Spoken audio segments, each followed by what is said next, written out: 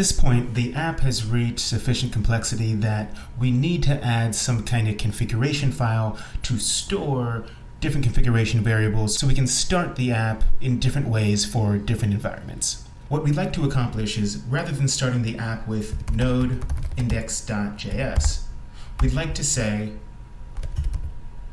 node env equals, and then whatever environment name we want, such as staging, and then node index.js as normal. As we went over in an earlier lecture, this node env command line argument becomes available to us within the app as a global.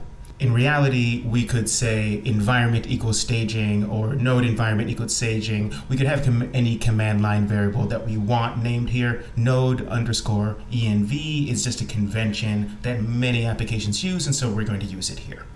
In order to accomplish this, we're going to create a second file in addition to our index.js. We're going to call that config.js, and it's going to live in the same directory, just within the app folder. Then we're going to modify index.js so that it requires that new config library and uses the configuration defined within it. Within the configuration file, we're going to define several different environments and the variables that should exist within those environments. And then we're actually going to export only the environment that has currently been called by the command line, so that when another file such as index.js requires that one, all it sees is an object interface with the variables defined as they should be for the specific environment that it's in. If that was a little confusing, don't worry, it'll make sense as we go along. As I mentioned, the first thing we're going to do is create this new file. So touch config.js. And within here, we're just going to note that we are going to create and export configuration variables.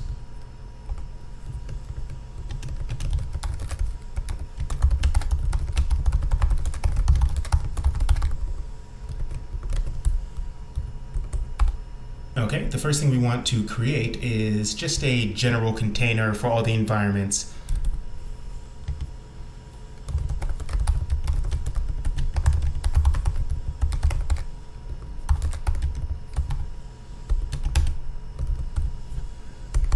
This is the object that's going to hold all of the different environments and their subkeys as keys on its own object. But rather than exporting the entire environment's object, later on we're going to have some logic that determines which exact environment should get exported and then exports only that sub-object from the environment's object.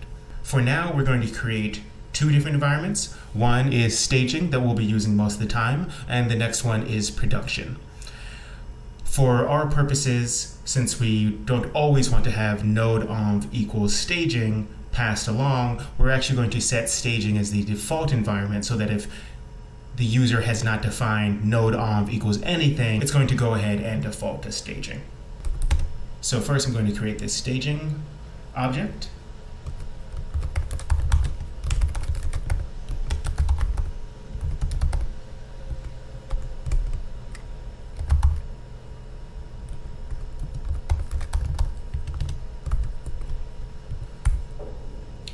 And next I'm going to create a production object.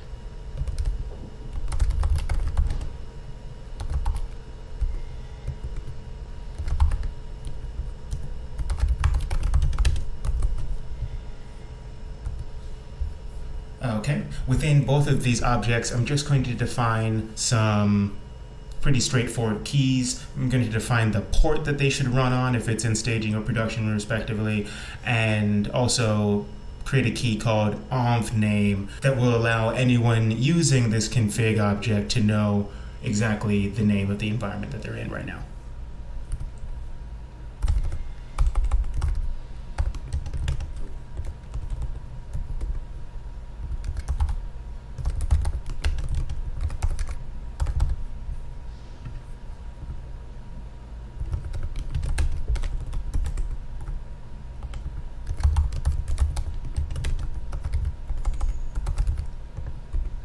Okay, so as you can see here, all I did was create a port and an env name key on both objects.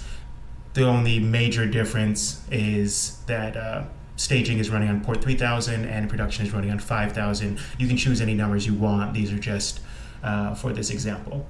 Of name, we've just gone ahead and added a key to these objects that is the same as the name of the environment. This is because we're actually going to end up exporting the inner pieces of these objects, and so the key, such as staging up here, isn't going to be visible. So we're going to have to create something like of name in order for the user to know exactly what environment they're dealing with at the time, without having to parse the node.env command line variable again.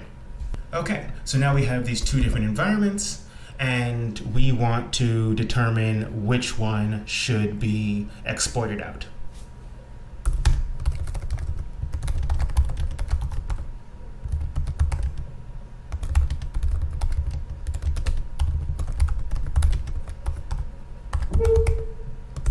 As I mentioned, this is easily accomplished with the global called process.env.node_env. And so we're going to go ahead and check to see if that exists, see if it is not undefined. And if it is defined, we're going to push it down to lowercase.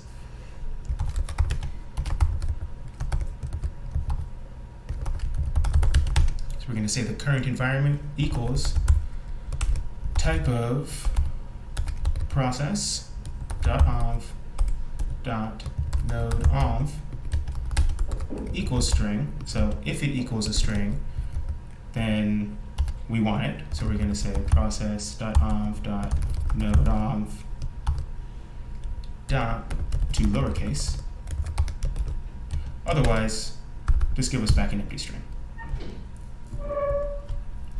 All right, now we want to check that the current environment is actually one of the environments that is defined up here. Because it's quite possible that someone might have started the app and said node.env equals localhost or node.env equals foobar, and we haven't defined a foobar or a localhost environment here, and so we don't just want to check that the current environment is set, but that it's set to one of the keys on our greater environments object.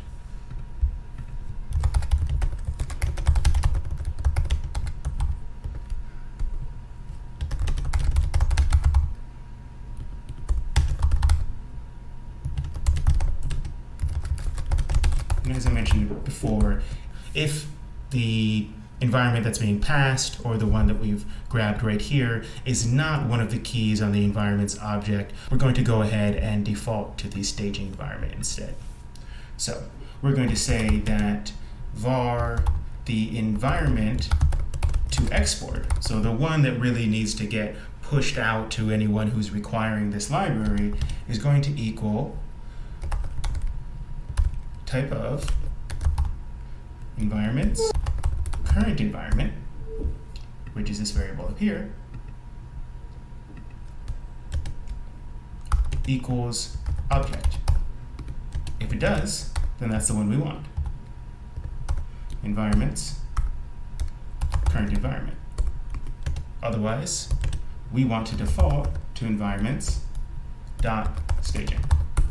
So at this point, this environment to export variable is going to contain this whole object or this whole object. It's always going to be one of the two, because either they defined staging, defined production, or it defaulted to staging. It's always going to contain something. We don't have to default to staging. We're choosing to do that in this case just for convenience. So the last thing that we need to do is actually export the module. And we're going to use the normal convention for that we talked about earlier, module.exports equals, but in this case, as I mentioned, rather than exporting all the environments, we're only going to export the one that we want the requirer to see. So in module.exports equals environment to export. All right, that's everything that we have to do in the config.js file, but at this point it's just a file that exists. The Node app is going to completely ignore it because we are starting up the index.js file, and the index.js file is making no reference to config.js. So now we need to modify index.js to use the config file instead.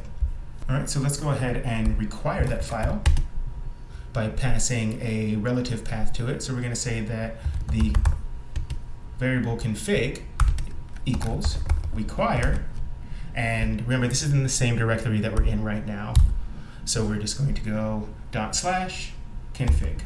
We could just as easily do /config.js, but remember Node is smart enough to assume that you mean .js, and so we don't need to tell it that part. So config equals require config, and now this variable is going to equal whatever is being exported from here. So we can change some of the variables that we're using within this file to use configuration variables defined there. There's a lot of things that we could do, but for our purposes right now, all we're really caring about is the port and the environment name, because those are the two variables that are defined in the config. So let's go down to where we actually start the server, server.listen, and rather than hard coding in 3000, we're going to say that we're starting the server, and let's just take away have it listen on port 3000. We're going to dynamically set the port to whatever is defined in the config. So rather than saying 3000, we're going to say config.port. Just to review where we got that. The object that's being exported is going to be the same as one of these two objects here. In either case, they both have a port key defined on them. And so that object .port was going to equal 3000 in this case, or staging in this case, if we started it in default mode or if we started it in staging mode. Okay, so we're listening on config.port. Now this message that we log out, the server is listening on port 3000, we can go ahead and modify that to include the dynamic variable instead. Config.port. But let's go a step further and go ahead and log out exactly which environment that we're in, because remember the env name is one of the variables available to us in that config object. So the server is listening on port config port, and then we want to say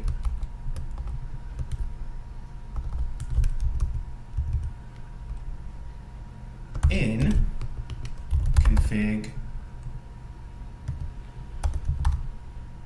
env name mode.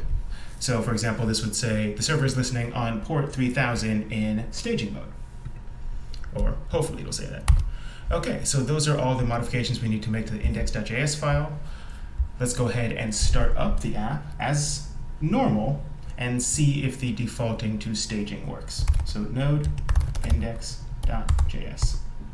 The server is listening on port 3000 in staging mode. Let's go ahead and pass node env equals staging node index.js. See if it says the same thing. It does. All right, let's kill the server, and this time we're going to start it up in node env equals production node index.js. The server is listening on port 5000 in production mode.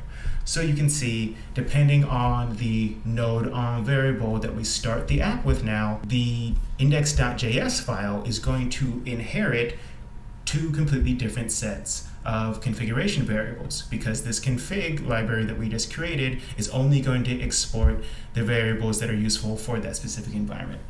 This is a really simple example of adding configuration. We're going to add a few more keys later, but I just wanted you to see exactly how this works and how we're going to be using it.